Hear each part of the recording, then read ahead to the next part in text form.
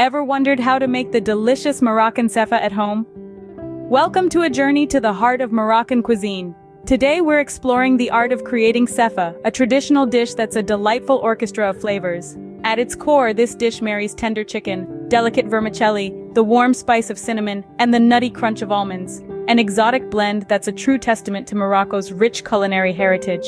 Stay with me and you'll be mastering this exotic dish in no time. Before we start, let's make sure we have everything we need. First up, we have a beautiful whole chicken. This is the star of our dish, providing a hearty, protein-packed base. We'll need about 2 pounds for this recipe. Next, we have our vermicelli. These thin noodles are going to soak up all the delicious flavors we're about to introduce.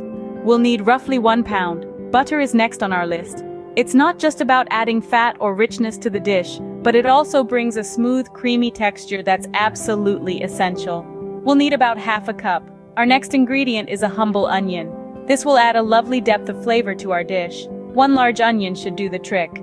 Now let's talk spices. We're using a combination of cinnamon and saffron. These 2 spices are key to achieving that authentic Moroccan flavor. We'll need a teaspoon of each.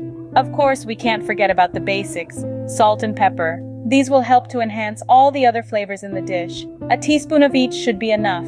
To add a touch of sweetness, we'll be using 2 tablespoons of sugar. And finally, we have our almonds. These will add a delightful crunch to our soft, flavorful dish. We need about half a cup of blanched and toasted almonds. With these ingredients ready, we're set to start cooking.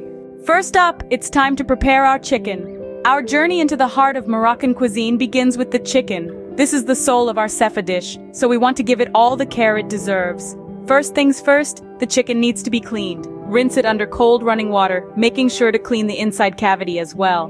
Pat it dry with a clean towel. A dry chicken is key to getting all those wonderful spices to stick. Now let's move on to the marination. Moroccan cuisine is known for its vibrant flavors, and our Seffa is no exception. In a large bowl, combine the spices. We're talking about a medley of ground ginger, turmeric, saffron, salt, and pepper. A pinch of cinnamon is our secret ingredient. It adds a sweet undertone that balances the heat from the other spices. Mix these well until a beautiful, fragrant blend is formed. Next, generously rub this spice blend all over the chicken, making sure to get into every nook and cranny. Don't forget the inside cavity. It's all about ensuring every bite is packed with flavor. Once that's done, let the chicken sit in the refrigerator for at least an hour.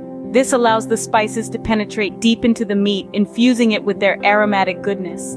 Finally, it's time to cook our chicken. Place it in a large pot, add enough water to cover it, and let it simmer. The secret to a tender chicken is slow, gentle cooking. Allow it to bubble away for about an hour, or until the meat is so tender, it's practically falling off the bone. Remember to skim off any foam or impurities that float to the top. This ensures a clear and flavorful broth, which we'll be using later in the recipe. Once cooked, remove the chicken from the pot and let it cool. The hard part's over. Now that our chicken is ready, we can move on to the next step. While our chicken is cooking, we can start preparing our vermicelli. Vermicelli is a thin form of pasta, almost like tiny strands of delicate golden threads. It may seem simple, but it's an essential part of Seffa, a Moroccan chicken dish that's full of flavor and tradition. Let's get started. You'll need a large pot for this. Fill it with water, about half to 3/4 full, and set it on the stove. Turn the heat to high and let the water come to a rolling boil. While we wait for the water to boil, let's take a moment to appreciate the beauty of these vermicelli strands. They're so delicate and light, yet when cooked correctly, they bring a unique texture to our dish that's both satisfying and comforting. Now that our water is boiling, it's time to add the vermicelli. Be sure to stir it gently to avoid breaking the strands. They're fragile, so handle them with care. Let the vermicelli cook for about 5 to 7 minutes, or until they're tender but still firm to the bite. This is what the Italians call al dente, which literally means to the tooth. Once the vermicelli is cooked, drain it well, but don't rinse it. We want to keep all the starches on the pasta, as they'll help the butter and other flavors stick to it. Speaking of butter, let's add some to our vermicelli now. Place the drained pasta back into the pot, then add about 2 tablespoons of butter. The heat from the pasta will melt the butter, infusing it with a rich, creamy flavor. To enhance the flavor further, we'll add some salt and a sprinkle of pepper. Mix everything well, ensuring each strand of vermicelli is coated with butter and seasoning. And there you have it. A pot full of perfectly cooked vermicelli, ready to be paired with our Moroccan chicken. With our vermicelli ready, we're almost there. This simple ingredient has transformed into something truly special, just like the magic of Moroccan cuisine. We're one step closer to completing our Seffa. Stay tuned for the next steps. Now, it's time to bring it all together.